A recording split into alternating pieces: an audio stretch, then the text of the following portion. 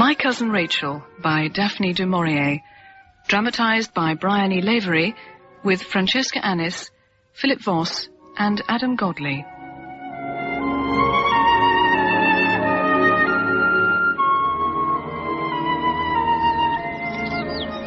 They used to hang men here in the old days. Not anymore, though. Now, when a murderer pays the penalty for his crime, he does so up at Bodmin after a fair trial. That is, if the law convicts him before his own conscience kills him. When I was a child, it was otherwise. I can remember as a little lad, with Ambrose, seeing a fellow hang in chains where the four roads meet. There you are, Philip. It's what we all come to in the end. There's no escape. He hung there 5 weeks before they cut him down. See what a moment of passion can bring upon a fellow. Here is Tom Jenkins, honest and dull, except when he drank too much. Ambrose prodded the body with his stick. It's true, his wife was a scold, but that was no excuse to kill her. The rain had rotted the breeches on his swollen limbs. Well, what do you make of him? I shrugged my shoulders, kicked the base of the gibbet with my foot. Ambrose must never know I cared. Felt sick at heart, terrified. Tom had a face when I saw him last. Now he isn't fresh enough to become bait for his own lobsters. That's my boy, spoken like a true philosopher. If we killed women for their tongues, all men would be murderers. If you feel squeamish, boy, go and be sick behind the hedge there. And remember, I have not seen you. I did not reach the hedge in time. That was all of 18 years ago. I've not thought of it until today. Was Rachel innocent or guilty? How soft and gentle her name sounds when I whisper it. It lingers on the tongue, insidious and slow, almost like poison, which is apt indeed. Oh, Ambrose. They tell me if I spend another winter being rained on, I shall end my days crippled in a bath chair. I must leave Cornwall and search for the sun. I've decided on Italy. There are some gardens there I want to see. I wish you were coming with me. Wouldn't take me long to pack. Oh, no, I was joking. We can't both be away for months at a time. It's a responsibility, young cousin, being a landowner. I could travel with you to Rome. No. It was just a whim. Forget it. You're feeling well enough, aren't you? No aches or pains? Oh, good God, no. What do you take me for? The trouble is, Philip, boy, I'm too much of a fool about my home. You went to Italy, Ambrose. I stayed and looked after your home. And in time, the letters started to arrive from Florence. I have made the acquaintance of a connection of ours. You've heard me talk about the Corrins. A Corrin married an Ashley 2 generations ago. A descendant of that branch was born and brought up in Italy and married off at an early age to an Italian nobleman called Sangaletti, who departed this life by fighting a duel, leaving his wife with a load of debts and a great empty villa. The Countess Sangaletti, or as she insists on calling herself, my cousin Rachel, is a sensible woman, good company, and has taken it upon herself to show me the gardens in Florence. I picture to myself a woman resembling the vicar's wife. Poor Ambrose. I am beginning to have a real regard for our cousin Rachel. She becomes monstrous like poor Molly Bate at the West Lodge. How she exists, I hardly know. But I gather she had to sell much of the valuable stuff in the villa to pay off her husband's debts. My cousin Rachel has a dozen personalities, each one more hateful than the last. And then... You must know that your cousin Rachel and I were married a fortnight ago. I see her forcing Ambrose to his knees to play at bears, the children astride his back, having lost all dignity. One day, Philip, I hope you will know her. Her goodness, her real and loving tenderness. Why she has chosen me of all men, I cannot say. Ambrose with a bland smile of an idiot on his face, sounding so idiotically happy. So that when the tone of your letters changed, your loneliness struck me as strange in a man, but 10 months married. I was never one for headaches. But now I have them frequently, almost blinding at times. I miss you more than I can say. My wife is in town today, hence my opportunity to write. Why my wife suddenly? So formal, so cold. All is not well with me. You must have seen that when I wrote you last. In this one, his writing, usually so clear, sprawled across the page as if he had difficulty holding his pen. Better keep silent, though. She watches me all the time. I have written to you several times, but my letters may not reach you. The doctors are liars, the whole bunch. The new one, recommended by Rainaldi, is a cutthroat. But then he would be coming from that quarter. Something scratched out then. I can't decipher it still. Neither could my godfather when I took it to him. Sounds like a mental breakdown. I don't like it at all. It's not the letter of a man in his right senses. I hope to heaven... Hope what? Ambrose's father, your Uncle Philip, died of a tumour on the brain. If it is hereditary... There is, of course, another possibility. And that is? That Ambrose was drunk when he wrote that letter. If he had not been over 60 years and my godfather, I would have hit him. I've never seen Ambrose drunk in my life. Nor I, either. With many trying to choose the better of two evils. And then the last letter? A scrap of paper, almost illegible. For God's sake, come to me quickly. She's done for me at last. Rachel, my torment. If you delay, it may be too late. Ambrose. I think, Philip, you had better make up your mind to go to Italy.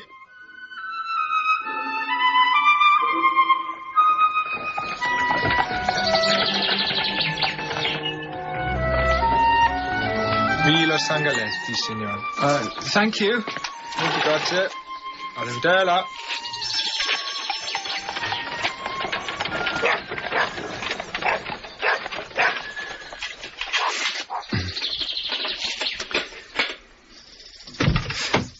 Sì?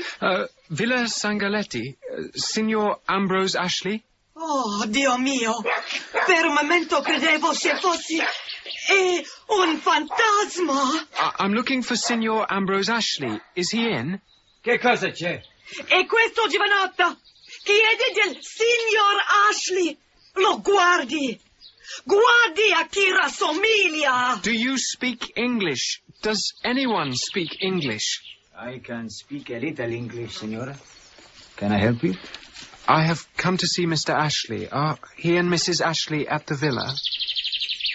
You are Mr. Ashley's son, signora? No, his cousin. Are they at home? Signor Ashley, he died 3 weeks ago. Very sudden, very sad. As soon as he is buried, the Contessa, she shut up the villa. She went away. I'm sorry, so very sorry. I need to sit down. Yes, here.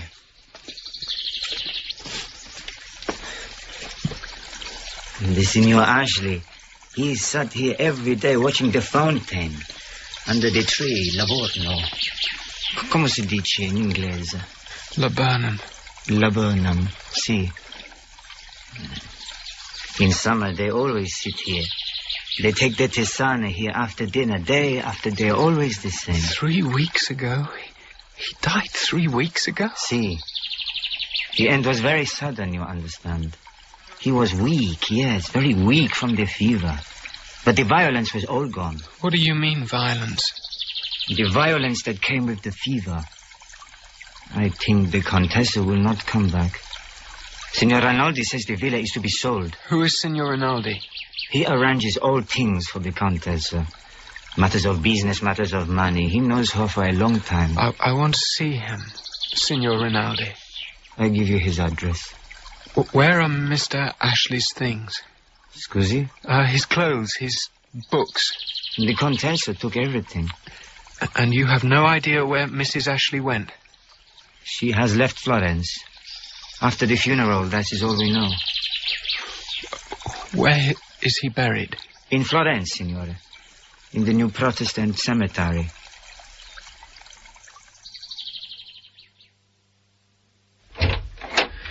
Signor Rainaldi, my name is Ashley, Philip Ashley. Yes. Will you sit down?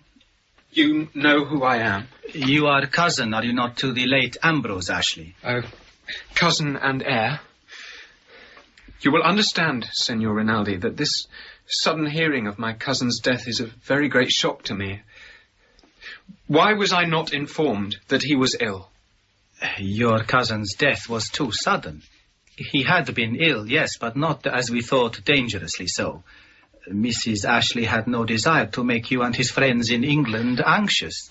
But we were anxious. That's why I came to Florence. I received these letters from him.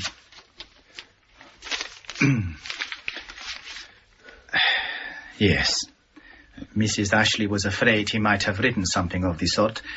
The doctors feared the worst and warned her. Warned her? Warned her of what? That there might be something pressing on his brain, a tumour, which would account for his condition. I have here a copy of the certificate of death, signed by my own doctor and another. I have sent a copy to the trustee of your cousin's will, Mr. Nicholas Kendall. Do you know my cousin's will? But of course. As trustee myself to the Contessa, it was my business to see to her husband's will.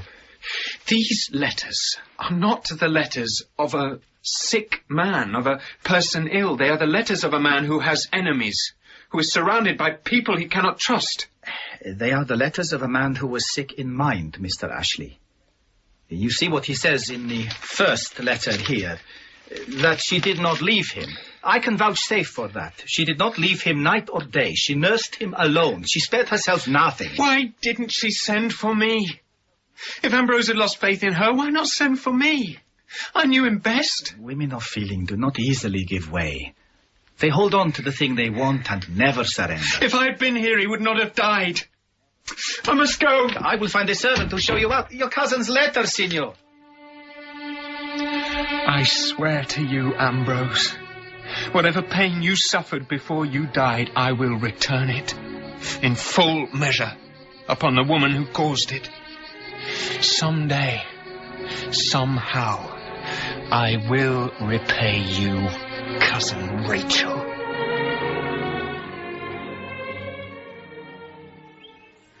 It was a belief of Ambrose's that no young man knows his own mind until he turns 25. And this clause in his will made a safeguard. You'll have to call upon me for money for a further 7 months. Your birthday's in April, isn't it? Yes, Godfather.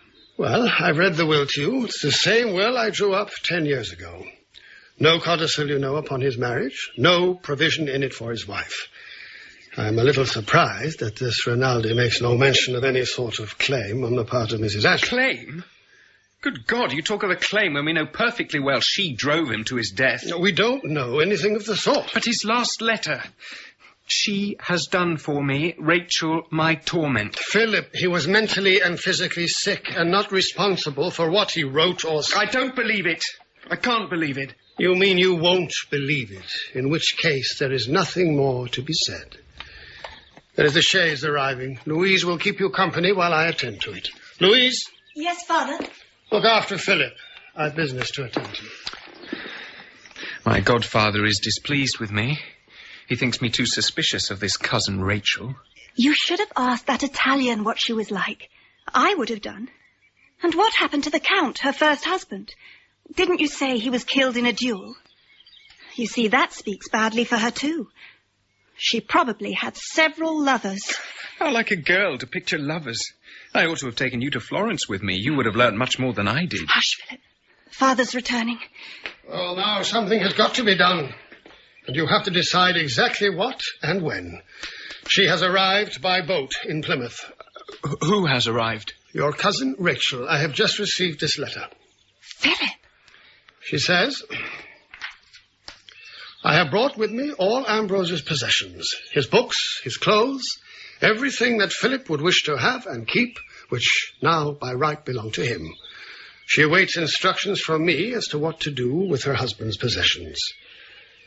Well, Philip, you can write to her or not, just as you wish. I don't suppose you want to see her, and if she... Why should you imagine I don't wish to see her? I do wish to see her very much. When you write to Plymouth, say that Philip Ashley is a plain man and lives in a plain fashion, That he has no fine manners, no conversation, and is little used to the society of women, or indeed anyone. If, however, she wishes to see him and her late husband's home, Philip Ashley's house is at the disposal of his cousin Rachel, when she cares to visit it. I never thought to see you grow so hard. What has happened to you? Nothing has happened to me, save that like a young war horse, I smell blood.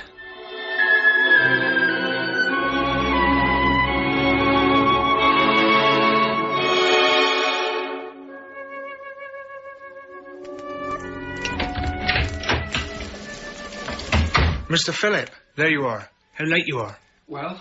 Madam has come. So I would suppose. Must be nearly 7. Did she bring luggage? What have you done with it? Madam brought little of her own. The boxes and trunks belong to Mr. Ambrose. They've all been put in his old room. Ah.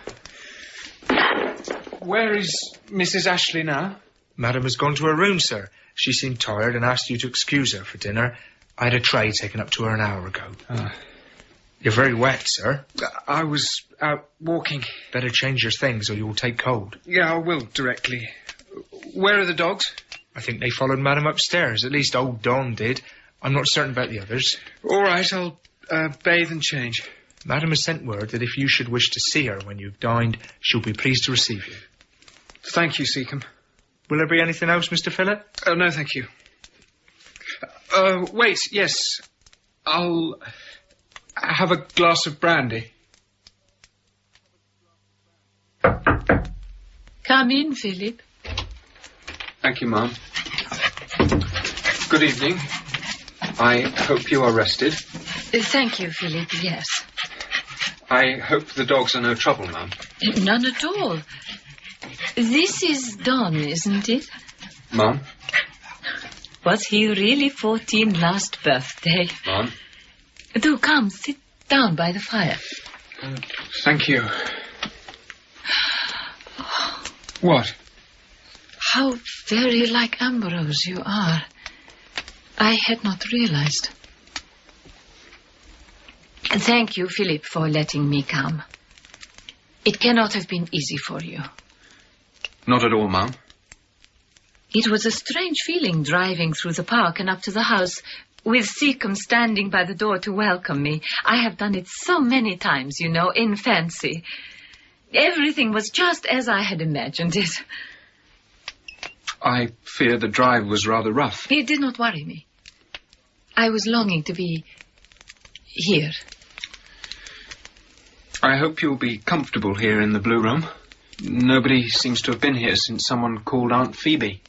Aunt Phoebe fell lovesick of a curate and went away to Tonbridge to mend a broken heart. But the heart proved stubborn and Aunt Phoebe took a chill that lasted 20 years. Did you never hear the story? No. Well, what happened to Aunt Phoebe? The chill left her at the sight of another curate. By then Aunt Phoebe was 45 and her heart was not so brittle. She married the second curate. Was the marriage a success? No, she died on her wedding night. Of what? Of shock. I think you made it up upon this instant. I did nothing of the sort. Seecombe will know the story. Ask him. Oh, he would not think it fitting. Are you quite warm? Ambrose had a great theory that I would shrink and shiver in the damp Cornish climate. Once I came down to dinner wearing a new gown, and he said I reeked of old Rome. You'll freeze in that at home, he said. It will be flannel next to the skin and a woolen shawl. You see, I did not forget his advice. I think this rain will take off tomorrow. You may take a walk. Above town, in Borden's Meadow, Kemp's Close and Beef Park, Kilmore and Beaconfield, the 20 acres and the West Hills. You know the names of the Barton lands? Why, yes, I've known them by heart now for near 2 years. It's rough walking for a woman. But I have strong shoes. Can you ride? No. Can you sit upon a horse if you were led? I might do that, but I would have to hold on to the saddle with both hands. I'm not sure if we have a lady's saddle. Perhaps Aunt Phoebe used to ride when she lost her curate. It may have been her only consolation. Tea is served, madam. Thank you, Seecombe. Oh, what a magnificent tray. I think, madam, I'd better remove the dogs. They might upset the tray. Yes, Seecombe, they might. What about breakfast, madam? I would like mine in my room. Mr. Ashley used to say no woman was fit to look upon before 11. Will it give trouble? Certainly not, madam. Good night, madam. Good night, sir. Come on, dogs. Would you like some tea? I understand it is a Cornish custom. I tell you, I've never seen all this silver before. Is it indeed the thing to do to drink tea after dinner? Only in high society. I am very flattered. I like my tea. You can eat the bread and butter. That butter is melting. You had better suck your fingers. Very well. If you want to smoke your pipe, you can. In a lady's boudoir? Are you sure? Why, on Sundays when Mrs. Pascoe comes with the vicar, we never smoke in the drawing room. This is not the drawing room. And I am not Mrs. Pascoe. I thought women minded about such things. They do when they have nothing else to worry them. If it's fine tomorrow, will you really find a horse for me that will be steady and quiet so that I can sit upon him and go and see the Barton Acres? Yes, if you want to go. Wait, though, you forget it will be Saturday. That's the morning you pay the wages. Great heavens, how in the world do you know I pay the wages on Saturday? If you don't know, you have less understanding than I thought. Stay here a moment. I have a present for you. Cousin Rachel, Here, take it. It's yours. Everything else you can sort out and see another time, but I wanted to give you this myself tonight. Ambrose's walking stick. Thank you. Thank you very much. Now go. Please go. Quickly.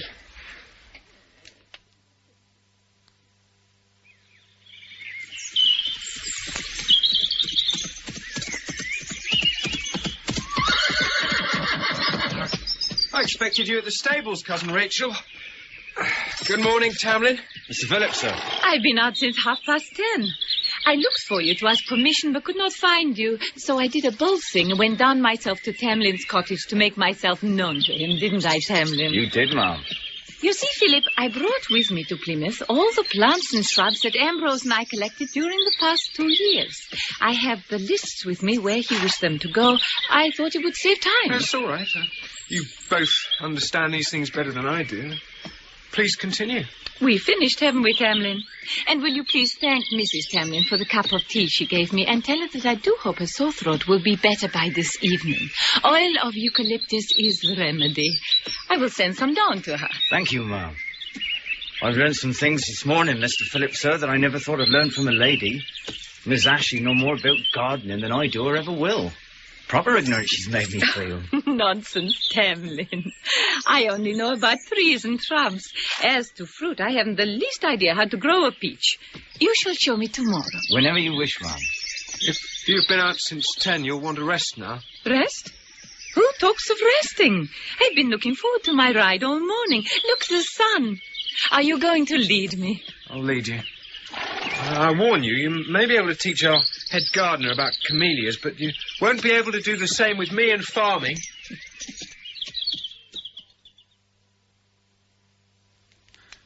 Cousin Rachel?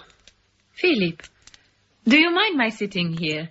The drawing room is lovely by daytime, but somehow at evening with the curtains drawn and candles lit, the library seems the best. Besides, it was where you and Ambrose always sat together. Yes. You have nothing like this at the villa? No, there is. How do you know that? You should know that I learnt of Ambrose's death in Florence, at the villa from your servants. You went to Florence? When? How long ago? I've been home a little under 3 weeks. I spent one night in Florence, the night of the 15th of August. The 15th of August? But I only left for Genoa the day before. It isn't possible. It's both possible and true. Why didn't you tell me? Why have you let me stay in the house 24 hours and never breathed a word of it? Last night. You should have told me last night. I thought you knew. Anyway, there it is. You know now. You went to the villa.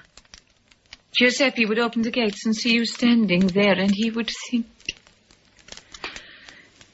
Tell me why you went to Florence, Philip. I had received disturbing letters from Ambrose. Do you want to see them? I have them here. Give them to me.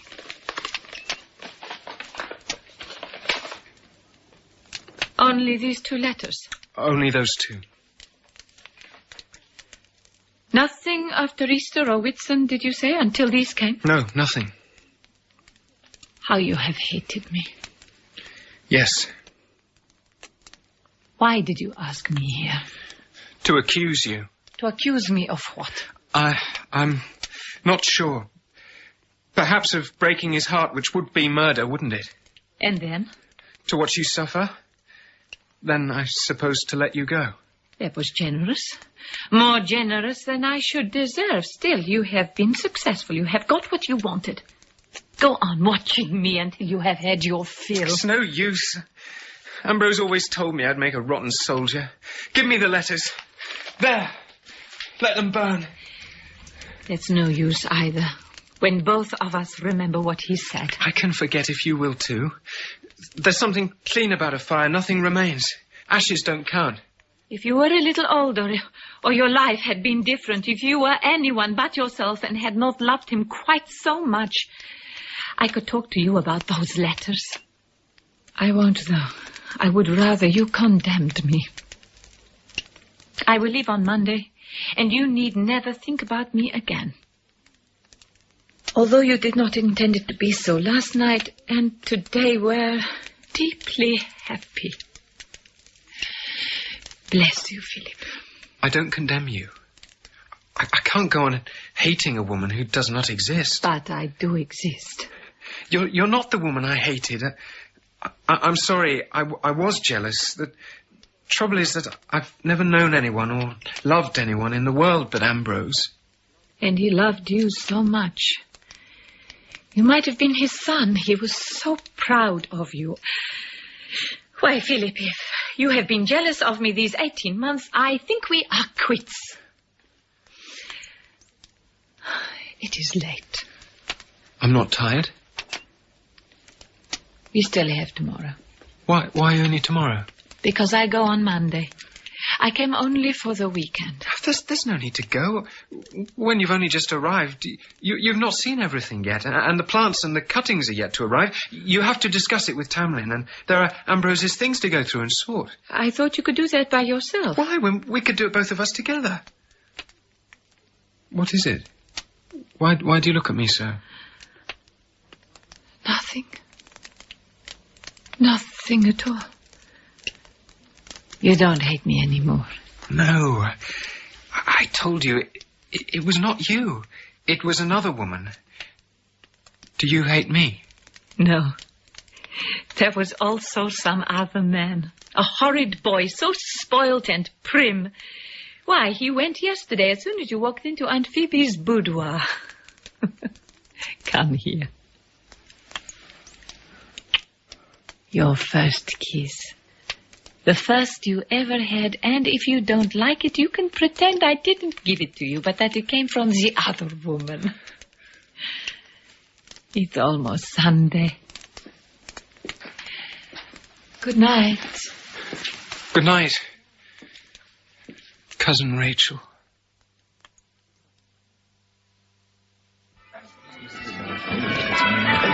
I told you all eyes would be upon you. They were standing in the aisles. I better put up my veil now so that they may all see me. Oh, there's my godfather and Louise.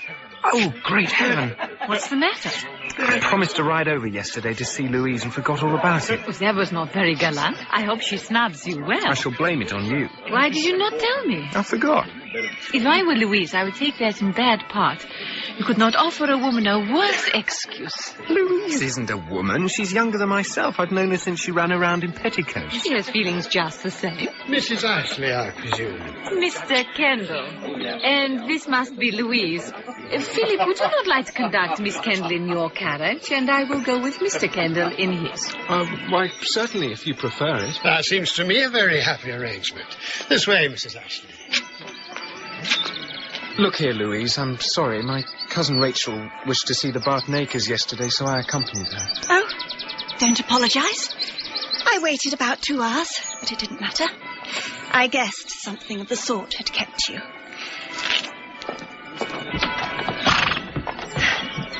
She's very beautiful. Beautiful? My dear Louise, you must be mad. Oh, no, I'm not. Ask my father. Ask anyone. It's only because you are so blind to women that you have not noticed it. I've never heard such nonsense. Perhaps she has fine eyes, but otherwise she's quite ordinary. The most ordinary person I've ever met. Well, ordinary or not, she certainly seems to have made a great impression on you. Of course, she is middle-aged. Quite 35, I should say. Wouldn't you? She could be 99 for all I care. Oh, don't be ridiculous. Women don't have eyes like that at 99.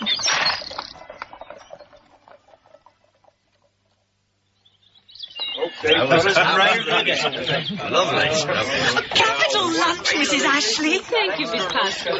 Mary, how kind.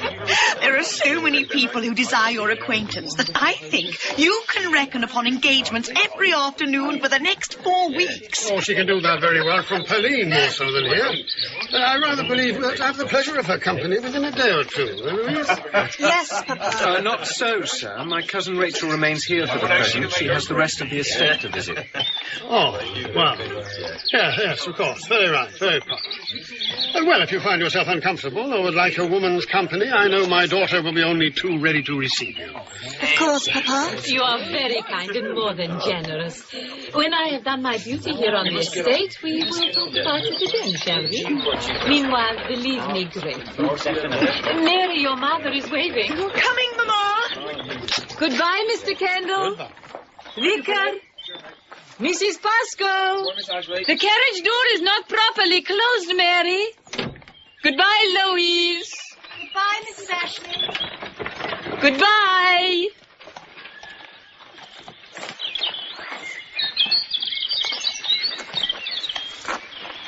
Have you enjoyed yourself? I have. I don't know why. Usually I find Sundays a great bore.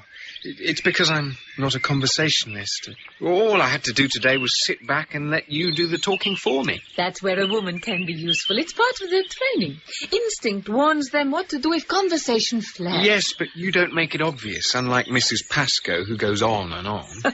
So it was pleasant. Why, yes, I've told you so. Then you had better hurry up and marry your Louise and have a real hostess, not just a bird of passage. Marry Louise? Don't be absurd. I don't want to marry anyone. And she isn't my Louise. Oh, I rather thought she was. At least your godfather gave me that impression. He said Louise understood you very well, as you did her. I hope you apologized to her for your bad manners on Saturday. Yes, but it did not seem to make much difference. I've never met Louise in so vile a humour. She is a nice, good-looking girl and very capable. She thinks you are beautiful. So do the Miss Pascoes. How very flattering. Louise would make you an excellent wife. Cousin Rachel, will you be quiet? And another thing you can be quiet about is this nonsense of visiting everybody. What's wrong with this house and with my company? Nothing as yet. And what shall I do instead of visiting everybody? Why, let them visit you. And what shall I do when nobody visits? Oh, you can sketch or sing like the Miss Pascoes. I neither sketch nor sing. I'm afraid you are suggesting things for which I am entirely unsuited. I shall call upon your neighbours for the purpose of giving them lessons in Italian. That would suit me better. Only spinsters give lessons when they've no one to support them. And what do widows do who find themselves in similar circumstances? Widows? Oh, widows marry again as fast as possible. Or sell their rings. I see. Well, I intend doing neither. I prefer giving lessons in Italian. Oh, God. Cousin Rachel, I didn't mean... So you understand something will have to be done, and right away. Why, if it should reach Mrs. Pascoe's ears that Mrs. Ashley considers giving lessons in Italian, it would be about the country in 24 hours. Oh, disgraceful. Quite out of the question. We'd never do at all. The matter is a delicate one, of course. We have no means of knowing the extent of her private income. I believe everything went to pay Sangaletti's debts. She may have scarcely a penny to her name. We must do something for her, and today. I'm very glad, Philip, that you have changed your attitude. I was mistaken. Well, then, I will write a letter to Mrs. Ashley and the bank. And the best plan would be to pay a quarterly cheque from the estate into an account for her. Now, as to the sum, what do you suggest? I have considered. I wrote this. Ooh, that is generous. Rather over-generous. It will hardly need as much as that. Oh, for God's sake, don't let's be niggardly. Let's do this thing as Ambrose would have done it.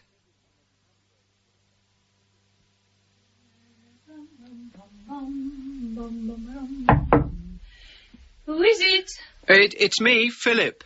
I've come to tell you that dinner will be early tonight. Oh, good. I have been gardening with Tamlyn and am ravenous. There is so much to be done. The undergrowth must be cleared and the walk laid down, and the whole ground there given up to camellias, so that in less than 20 years you could have a spring garden there. The whole of Cornwall would come to see. I know. That was what Ambrose intended. It needs careful planning and not just left to chance in Tamlyn. Philip, must I shout all this conversation through the door? I've had my bath, and now I'm drying my hair. I am pinned up and presentable and look exactly like Aunt Phoebe. You may come in. I didn't think... Come, let's sit down. Don't look so startled. Forgive me, but the point is that I have never seen a woman in undress before. This isn't undress. It's what I wear at breakfast. Ambrose used to call it my nun's robe. At 24, it is high time you saw a pleasantly homely sight such as Aunt Phoebe doing up her hair. Are you embarrassed? Oh, not in the slightest. Merely stunned. There, it is done. I'll be dressed in a trice. Wait there.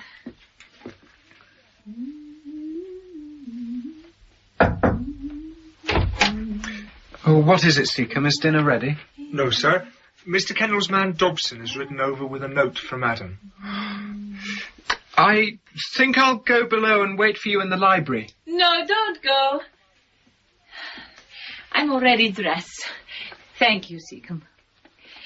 We can go down together. Here is a letter from Mr. Kendall. Perhaps he invites us both to Berlin.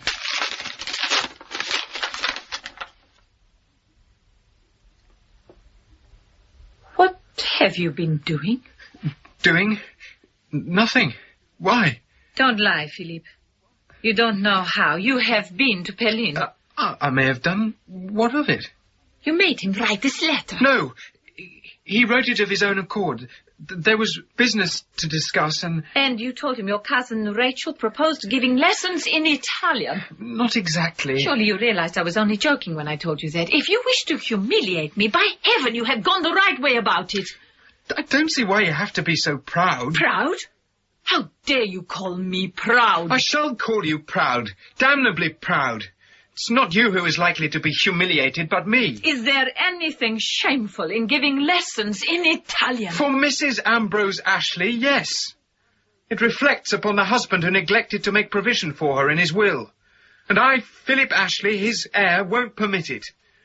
You will take the allowance every quarter, Cousin Rachel, and when you draw the money from the bank, please remember that it does not come from the estate, nor from the heir to the estate, but from your husband, Ambrose Ashley. Mr. Philip, sir. What is it, Seecombe? Just brought Madam's tray down. She asked me to give you this. Thank you, Seecombe. Good night, sir. Dear Philip, if you can bring yourself to do so, please forgive me for my rudeness to you tonight. It was unpardonable to behave so in your house. I have no excuse, except that I am not entirely myself these days. Emotion lies too near the surface. I have written to your guardian, thanking him for his letter and accepting the allowance. It was generous and dear of you both to think of me. Good night, Rachel.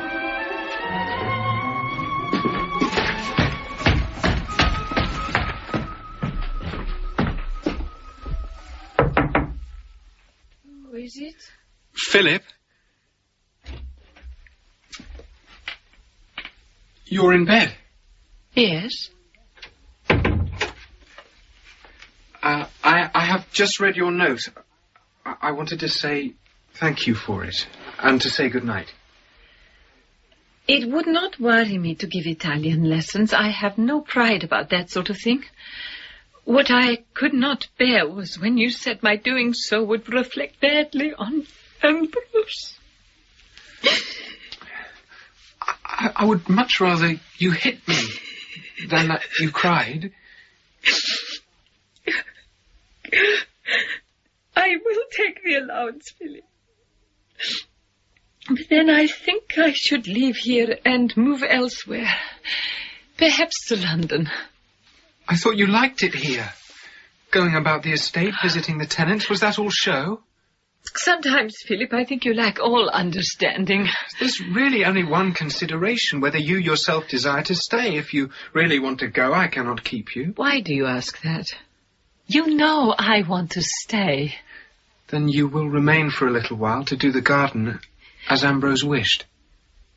I will remain. For a little while. Very well, then. I will bid you good night.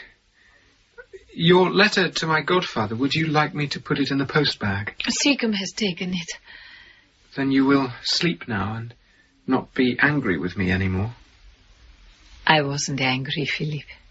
But you were. I thought you were going to hit me. Oh, sometimes you are so stupid that I think one day I shall. Come here. Bend down. Now go to bed like a good boy and sleep well. Good night.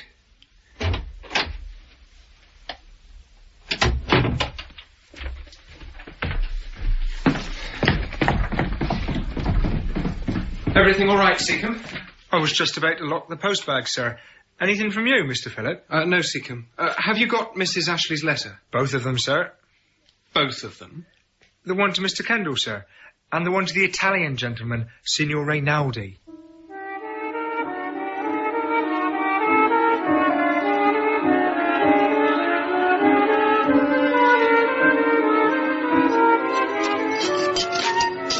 Philip, look here. What do you think of my shrub planting? Very fine. Do what you want to do. I have no eye for line. But I want the result to please you, Philip. All this belongs to you and one day to your children. Stop talking about children. I'm resolved to remain a bachelor. Oh, for shame. Why? I have a shrewd guess that the blessings of marriage are not all they claim to be. If it's warmth and comfort that a man wants and something beautiful to look upon, he can get all that from his own house if he loves it well. Oh, one day, when you fall in love, I shall remind you of those words. Warmth and comfort from stone walls at 24? Oh, Philip. Look here. This is feverfew. With my love of gardening goes a knowledge of herbs. In Italy, we always make a study of these things.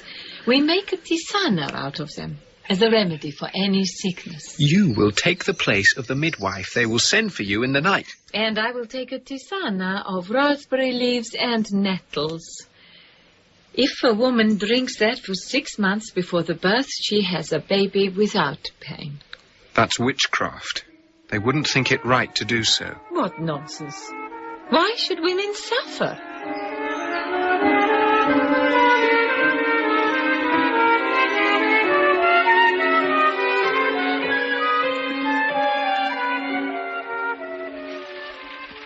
It's raining. You cannot garden. I cannot ride the estate. What shall we do? I should select brocade for the blue room. Too expensive. My treat. Or we could have a party, Philip.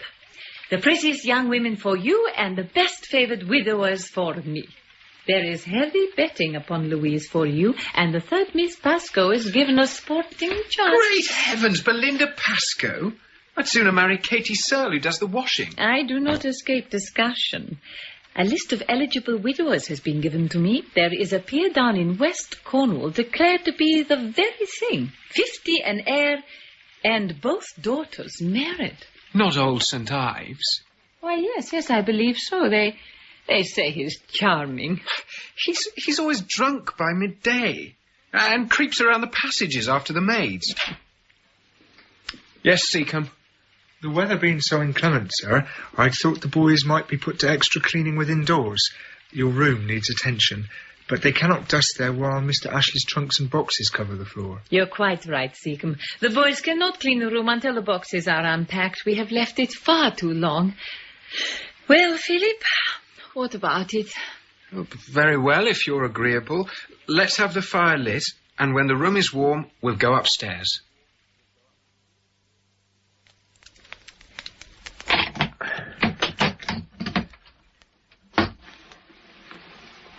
His dressing gown, slippers, all his clothes. What shall we do with them?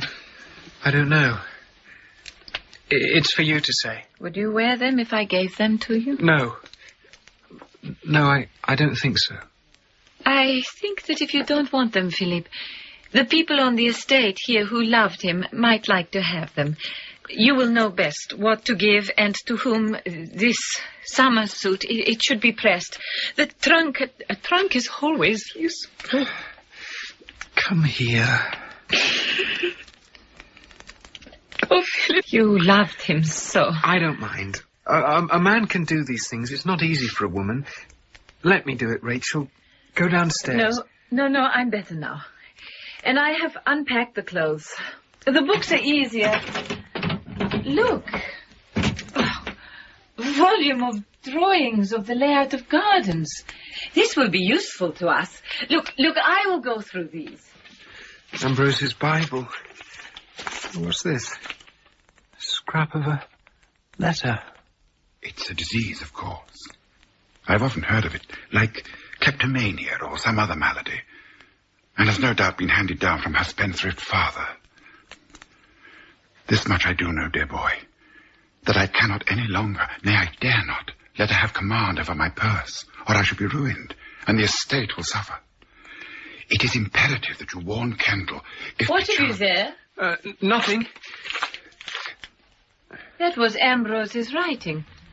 What was it? Was it a letter? It was just some note he'd made on an old scrap of paper. It was nothing, I tell you. I brought the new coverings, madam. Perhaps Mr. Philip would care to see them. Coverings? What covers are they? For the blue bedroom. I thought this blue for the bed hangings, and the deeper blue and gold for the curtains, and the quilting for the coverlet. What do you say, Philip? Do you like them? I like them very much, but are they not very dear? Oh, yes, they are dear. Any stuff like this is dear, but it will last for years, Philip. Isn't that so, Seecombe? Yes, madam. The only thing that matters is whether you like them, Philip.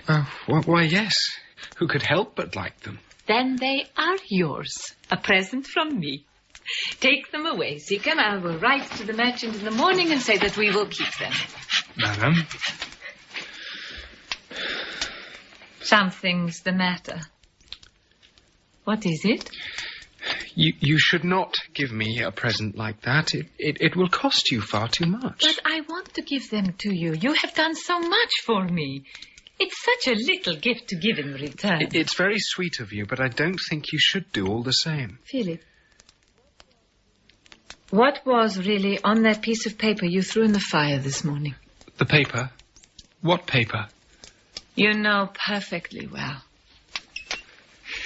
It was a piece from a letter. A letter I think Ambrose must have been writing to me. He simply expressed himself as worried about expenditure.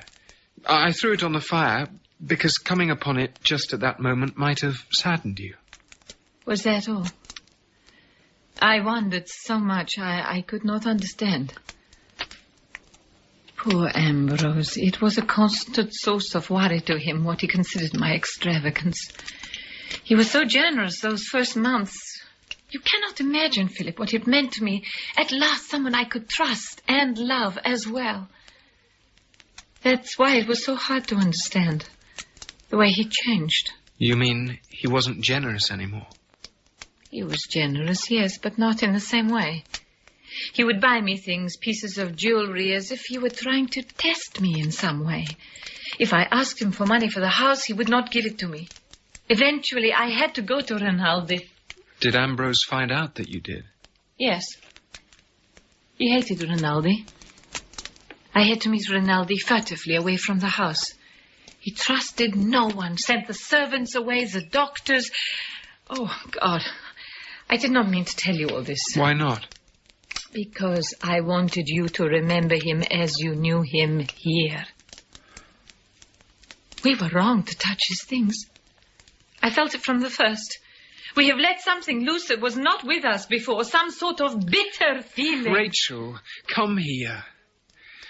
There is no bitter feeling in this house. This house is mine. Bitterness goes with people when they die. From now on, you're going to remember Ambrose as I remember him. You belong here now. Just as he did, just as I do. We are all part of this place together. Do you understand? Yes. Why are you so good to me, Philip? I'm not good to you. I only want you to be happy. And besides, Christmas is coming. These are the rubies, Mr. Ashley. The ruby headpiece and the ruby earrings to go with it. I had no idea the collection was so fine. Oh, your family is fortunate in its jewels, Mr. Ashley. This is a collar of pearls. It fastens round the neck with a single diamond clasp. I like this. This is the finest thing in the whole collection. I remember my cousin Ambrose showing it to me as a child. Your grandmother wore it as a bride, and your mother also. In point of fact, I think she was the last to do so. Yes, a beautiful thing. And no woman has put it on for 25 years. Well, I want to keep it now. If this should be lost or mislaid, it would be a terrible thing. It won't be lost. I take it Mr. Kendall would have no objection. Of course not. The matter is quite understood. I hope so. Of course, in April, when you come into the property legally, it would not matter if you took the whole collection. I will take only the collar of pearls. A pleasant Christmas to you and the bank, Mr. Cooch.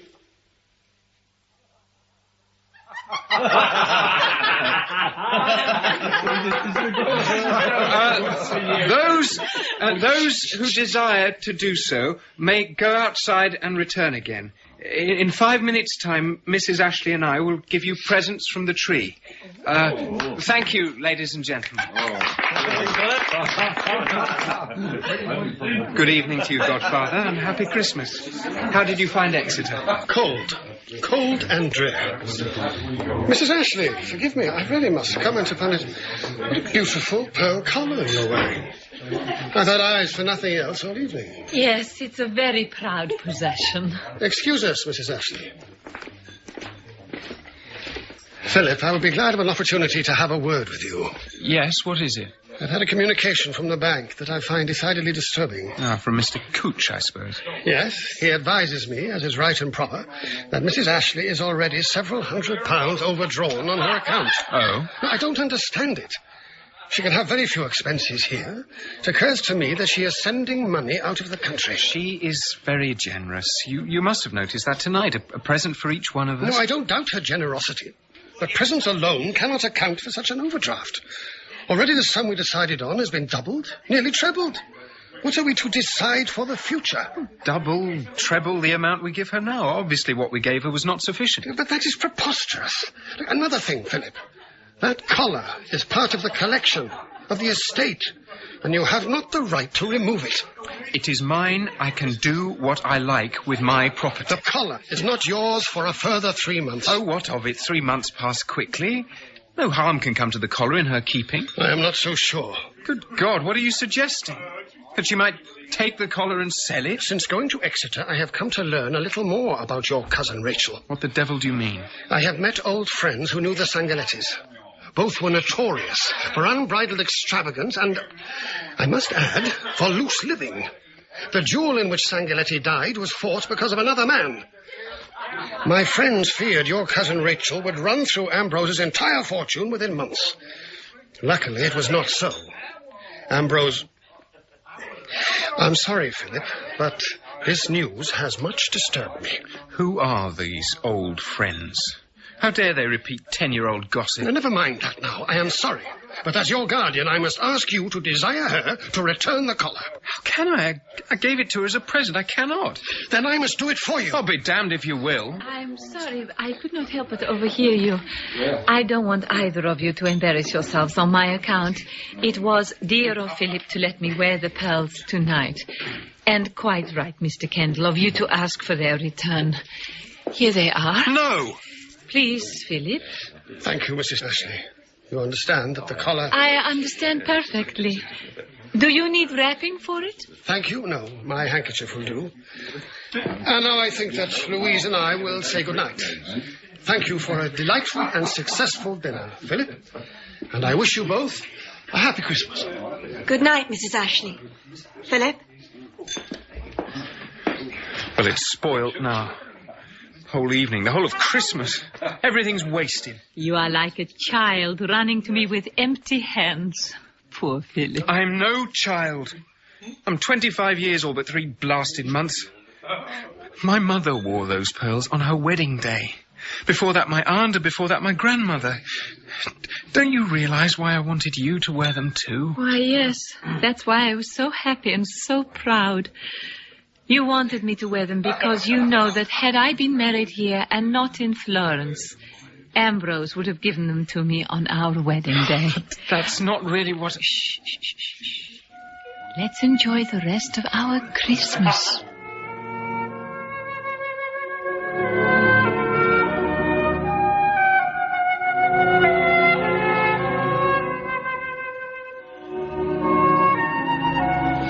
Well, Sam, I'm sorry to find you in bed. What's the matter? Oh, the same old cough, Mr. Philip, sir, that catches me aback every spring. My father had it before me. One day it will carry me to the grave, the same as it did him. Oh, nonsense, Sam. Those are old tales they spread, that what a man's father had will kill the son. Well, there's truth in it, sir, and you know it, too. How about Mr. Ambrose and his father? Brain sickness did for the pair of them. You must send your daughter to Mrs. Ashley for some cordial to cure your cough. She has great knowledge of such things. I will, Mr. Philip. I will. But first, I felt it right to ask you to come yourself concerning the matter of the letter. What letter, Sam? Mr. Philip, on Christmas Day, you and Mrs. Ambrose kindly gave me a coat belonging to the late master. Wear it I would not, Mr. Philip. 'Twould have been presuming on my part. So I put the coat away in the press. Then when this cough seized me, I don't know how it was, but a fancy came upon me to wear the coat, which I did, Mr. Philip, for the first time yesterday. It was then that I found the letter. You found a letter in the pocket? What had happened, Mr. Philip, was the letter must have slipped down inside the material of the coat and the lining. Smooth in the coat, I felt the crackling of them, and made so bold as to open up the lining with a knife. And there it is, sealed and addressed to you by Mr. Ambrose himself. It seemed, if you understand, as though I had come upon a message from the dead. I believe I told you of her kleptomania. Whether hereditary or not, I cannot say, but I believe so. And believe also that the loss of our child, only a few months on its way, did her irreparable harm. The recklessness with money becomes progressive. She has a tendency to evasion, to lies, to withdrawal from me. She turns more and more to Rainaldi. I suspect he is in love with her, has been for years. He gives her money. God forgive me. It is at present the only way to her heart. He keeps asking me about my will. I've drawn up a new one, making provision for her, but have not dared sign it as she is now. She watches me. It is as though she is afraid. Afraid of what? Of whom? 2 days ago, which brings me to the reason for this letter, I had another attack. I'm seized with pains and sickness, driving me to near violence. I can hardly stand. I have no power over my limbs. I do not recollect my father being thus. One thought possesses me, leaving me no peace. Are they trying to poison me? I did not tear the letter. I dug a hole for it deep in the woods. I buried the letter deep in the dark earth, then I smoothed the place with my hands. As I climbed the hill, I heard the laughter and chatter of the men as they went home from work. I stood for a moment and watched them trudge off across the park. They had been preparing the foundations for Rachel's sunken garden. The scaffolding placed against the walls where they had been working all day looked bleak and bare. In 3 weeks' time, I shall be 25. Do you know what happens on that day? All wishes should be granted.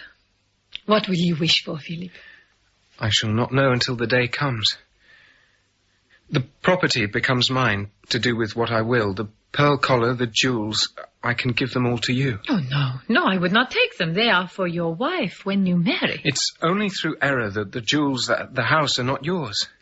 If there was error, I am used to it. In 3 weeks' time, after your birthday, I must leave. Supposing Ambrose had made a will, leaving the property to you for your lifetime, with a proviso that I ran the estate for you, what would you have done? How do you mean? Would you have lived here? Would you have turned me out? Turned you out? From your own home? Why, Philip, how could you ask such a thing? You would have stayed then? Yes. What happened to the will? What will? The will that Ambrose made and never signed, in which he left the property to you. How did you... Get it for me, Rachel. Very well. And Rachel, why did Ambrose not sign the will? Tell me. I never knew. I think when he realized I could not, after all, have children, he lost belief in me. Some sort of faith went, though he never knew it. So it was through error that the will was never signed. Call it error, if you like. His manner changed, his headaches drove him to violence. I was afraid. And you had no friend? Only Rainaldi. I have a reason for asking these questions. You will know it in 3 weeks' time. So this document now disposes of the entire property to your cousin Mrs. Rachel Ashley upon the 1st of April, when it becomes yours by law. There are family jewels, I believe. They are hers, Mr. Tewin, to do with as she pleases. One thing, we have no proviso should Mrs. Ashley marry again. That is not likely to happen. Possibly not, but she is still comparatively a young woman, is she not? In the case of her remarriage, the property reverts to me. That is most definite. And this is to be ready in legal form by the 1st of April? My birthday, yes. You're doing a very generous thing, giving everything away the moment it is yours. It should never have been mine to begin with if my cousin Ambrose had put his signature to that will. Good day, sir.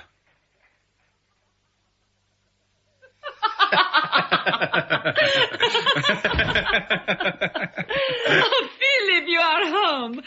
Come into the drawing room. This visitor of mine you shall not escape. He has travelled very far to see us both. You did not expect me, and I make my apology. But then neither did I expect you when I saw you first. Signor Rainaldi. Imagine, Rainaldi has been in London for over a week. I was never more surprised when Seecombe announced him. I hope this surprise would give you great pleasure.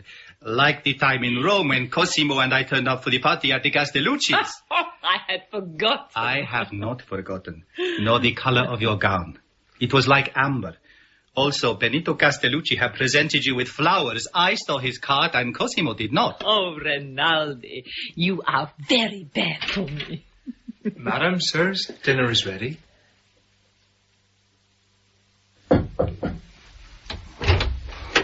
I came to wish you good night. Thank you. I wish you the same. Where have you been all evening? Out, walking the grounds. Why did you not come here for your tisana as usual? I did not care to do so. You are very ridiculous. You behaved at dinner like a sulky schoolboy in need of a whipping. I'm sorry. Rainaldi is an old friend.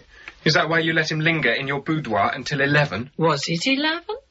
I did not realize. How long is he going to stay? That depends on you. If you are civil and invite him a few days. What is the matter? Why are you so foolish? Who was Benito Castellucci that he had to give you flowers?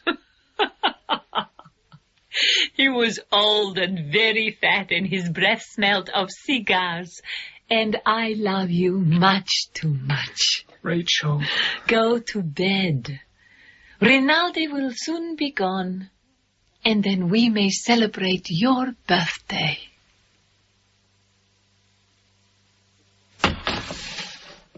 This time, Mr. Cooch, I have come to take it all away. The account? No, the family jewels. Tomorrow they become my legal property. I wish them to be in my custody when I wake upon my birthday. You wish to indulge a whim as at Christmas? That, Mr. Cooch, is really my affair. The whole collection, please, Mr. Cooch. Very good, sir. Shall I have them brought to your house in the brougham? No, Mr. Cooch. You may put them here, in this wicker basket. I will take them with me.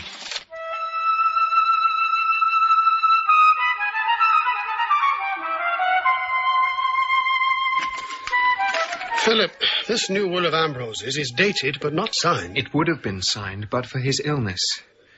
Thus my conscience tells me that I've been enjoying something that is not mine by right. Therefore, I want you to read this document I've prepared. Your cousin Rachel has no knowledge of this document? No. You're quite determined upon this course? Quite. Does her adviser Rainaldi know of this? Most certainly not. Philip, forgive me, but I have known you since birth. You are completely infatuated with your cousin, are you not? I respect and honour my cousin Rachel more than anyone I know. The whole county whispers of this. Let them whisper. There is only one way out of the gossip. That she should marry again. I believe that is most unlikely. I suppose you have not thought of asking her yourself? I would not dare do so. She would not have me. There are some women, Philip, good women very possibly, who through no fault of their own impel disaster. Whatever they touch somehow turns to tragedy. I don't know why I say this to you, but I feel I must. Very well then, sign. Everything will be hers. And take the consequences of your action.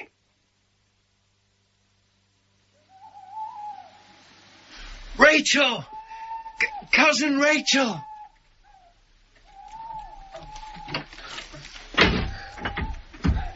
What do you want?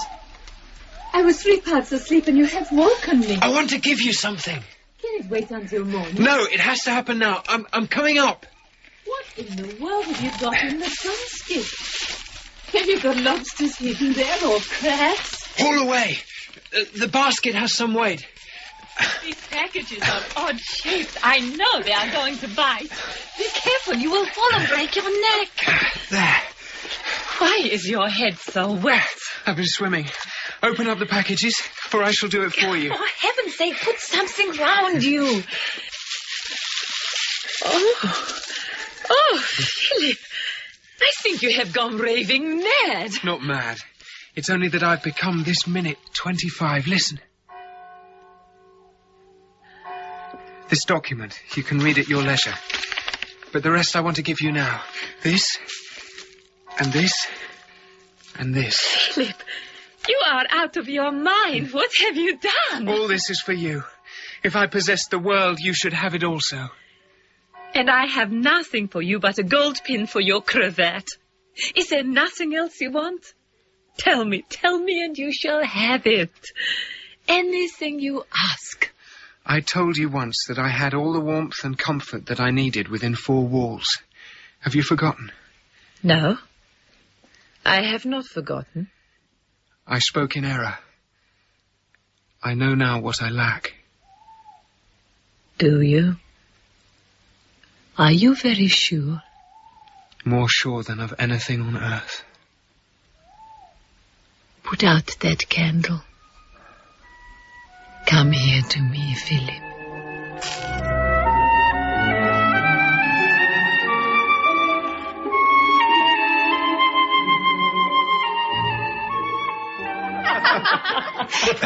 I think that is excellent. To your 25 years.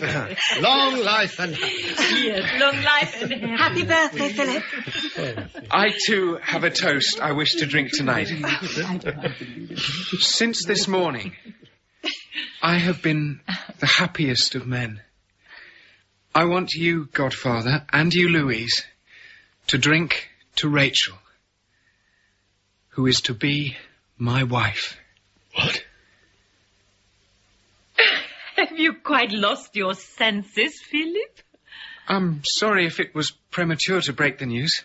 Remember, it is my birthday, and these are my oldest friends. I think that the birthday wine have gone to Philip's head. Forgive this piece of schoolboy folly, and forget it if you can. He will apologize when he is himself again. Shall we go into the drawing room? Yes, of course.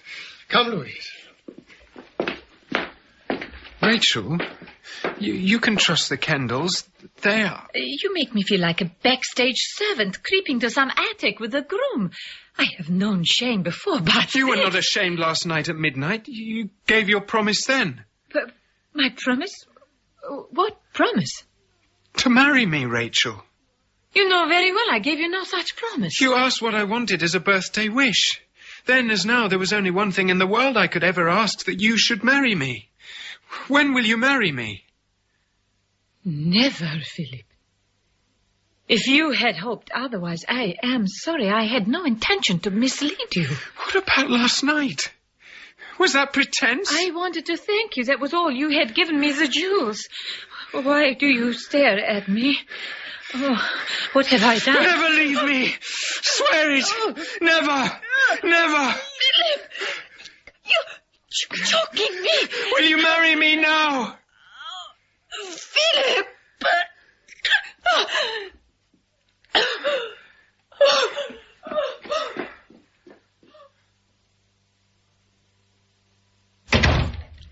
Mr. Philip. Good evening. We're 3 for dinner. Why 3? Miss Pascoe. She's been here since 3 o'clock. The mistress went calling and brought Miss Pascoe back with her. She's come to stay. Miss Pascoe come to stay? Where's Mrs. Ashley? Rachel?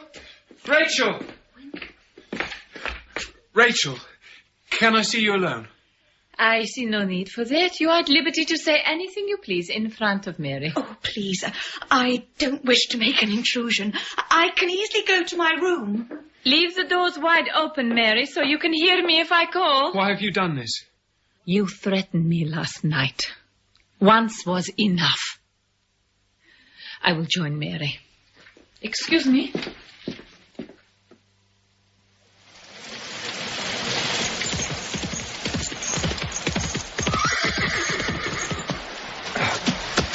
Where is it? Where is the letter? Ambrose? I have been ill with fever and a bad headache. Help me. She has a tendency to evasion, to lie, to withdraw from me. Ambrose! He keeps asking about my will. Oh, God! One thought possesses me, leaving me no peace. Are they trying to poison me? Ambrose! Mr. Philip, you're ill. What is it? Seecombe says you are ill. What is the matter? When will you send her home? I won't do anything to harm you. I give you my word of honor. Get John. Both of you help Mr. Ashley to bed. Tell Wellington to send the broom quickly for the doctor. Rachel? Don't talk now. Only lie still. Send them away. Send them away. So you went swimming at midnight in the sea? That was a foolish thing to do.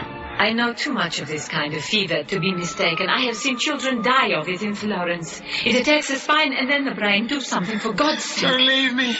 Promise not to leave me. I promise. I will be with you all the time.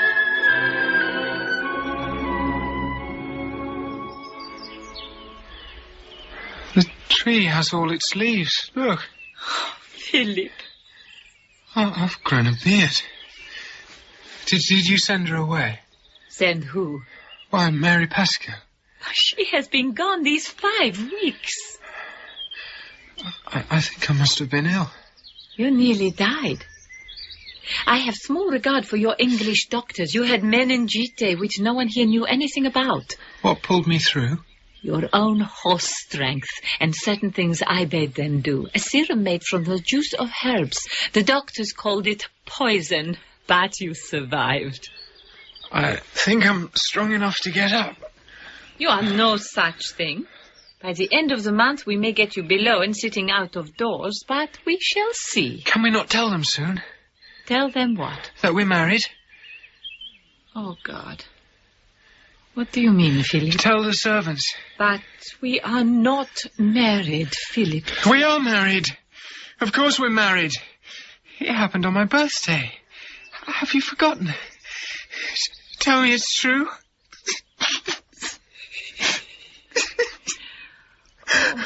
It would have been better if you'd let me die. Oh, hush, hush. All will be well.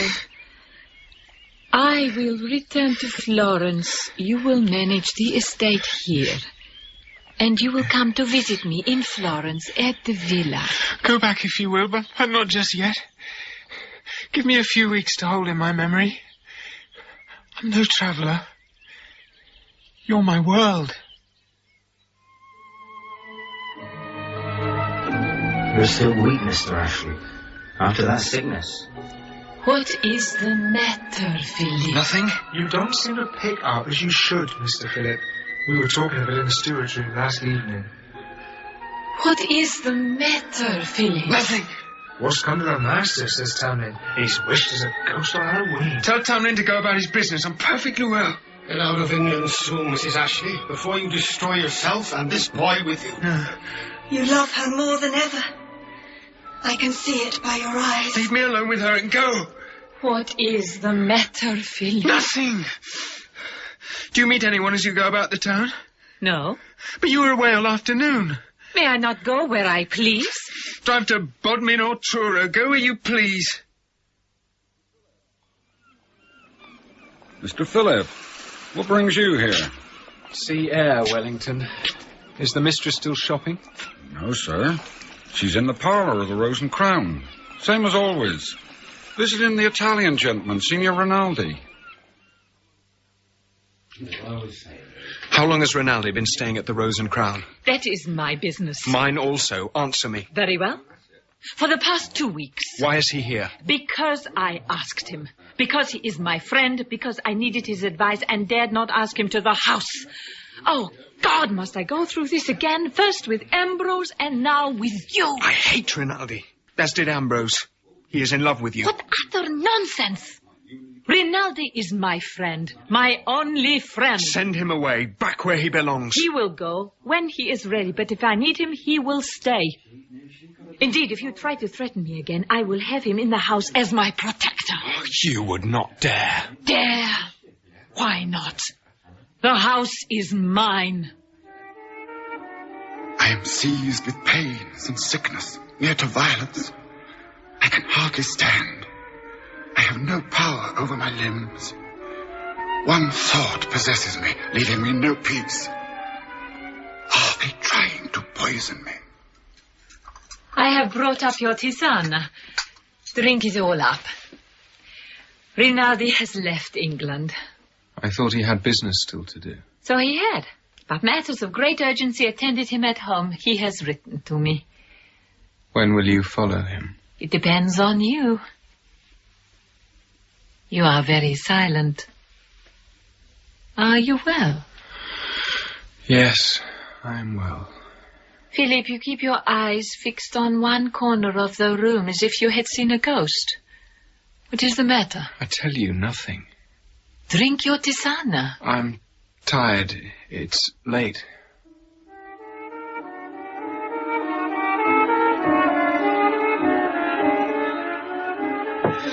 Open. Don't you open. Shh. Don't waken her. It's all right. All right. No. Let her. No. Ah. What's this? Seeds. What? Laburnum. These are laburnum.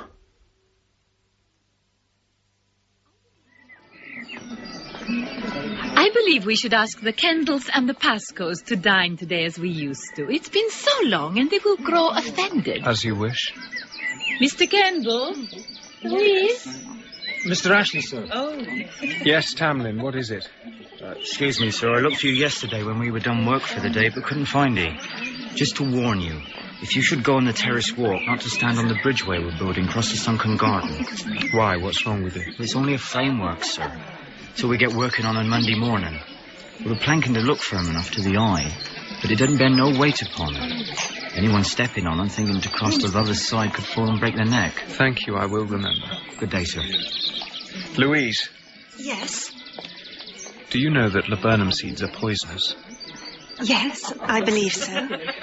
I know that if cattle eat them, they die, and children too. I want to talk to you, Louise. When your father leaves, make some excuse to stay. The garden is looking very beautiful. I have in mind to bring back from Florence next time I come to Cornwall a little statue like the one above my pool. Then we can put him to stand in the middle of the new sunken garden and make a fountain too. What do you think? If you like. Philip lacks all enthusiasm, Louise. Either he agrees to all I say or does not care. No tisana, Philip? You drink it for me. Mine is already poured. I like it to stand longer. This must be wasted. What a pity. Are you not well, my sullen one? Louise, what do you think of the tisana? I am afraid that it would take me a little time to like it well. Perhaps the musty flavour does not suit all persons. Now it is cooler. Who will walk with me in the garden? Louise? I have promised Louise to show her an old plan of the Pauline estate I came across the other day. Very well. Take her to the drawing room. I shall take my walk alone. Stay here, Louise. Have a care. Why? Of what? Have a care of walking beneath the sun. Mysterious boy. Louise, I want your help. Come with me.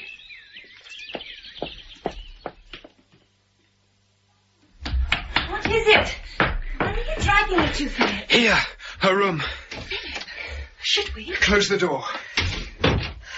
I think she has tried to poison me, and that she did the same to Ambrose. The proof may lie in a letter from Rainaldi here in the bureau. You know Italian, you can translate. Here's something. No, in English, from the bank. Give it to me.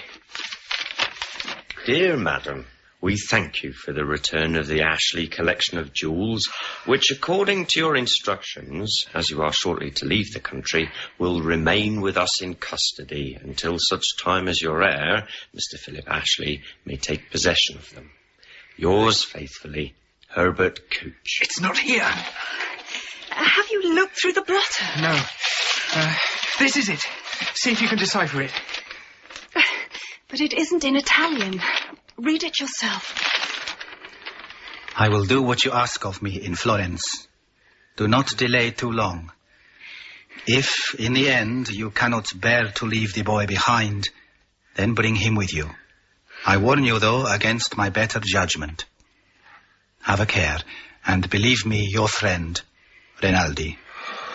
Does it give you the proof you wanted? No. There's something else here. A sketch of Cousin Ambrose, dated the month he died. It says, to Rachel, non ramantare che le ore felici. Ambrose. What does it mean? Remember only the happy hours. Oh, did she not show you this before? No. No. If there is no proof, you cannot condemn her. Oh, let's leave this room and go down into the drawing room. Look from the window. Is she returning yet? No. She has not returned. Why is your voice so strange? Is anything the matter? Do you know the bell rope in the landing beneath the belfry? The one that used to summon the men to dinner? Go now and pull it hard. What for? Because it is Sunday and everybody is out or sleeping or scattered somewhere and I may need help. Help? Yes. There may have been an accident. To Rachel. What have you done? Rachel! Rachel! Rachel!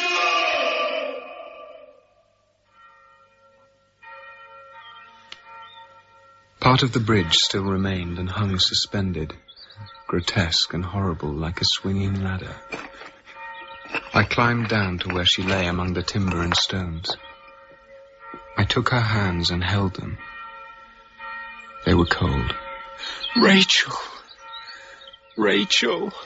She opened her eyes and looked at me. At first, I think, in pain, then in bewilderment.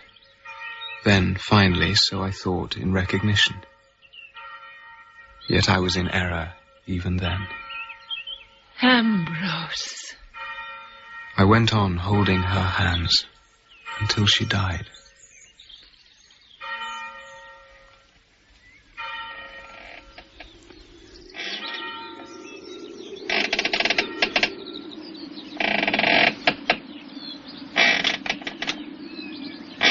They used to hang men here in the old days. Not anymore, though.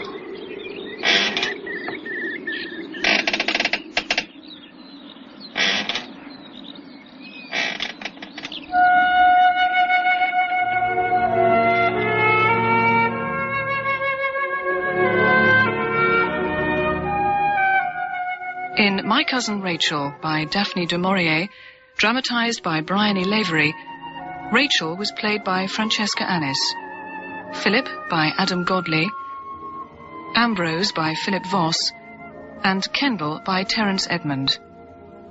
Rainaldi was played by Malcolm Ward, Louise by Oona Beeson, Miss Pascoe by Rachel Atkins, and young Philip by Alex Edyvean. Sam Bates was played by David Shaw, Tamlyn by Steve Jacobs, Mr. Cooch by Giles King, and Seecombe by Will Coleman. All other parts were played by the company, and the director was Claire Grove.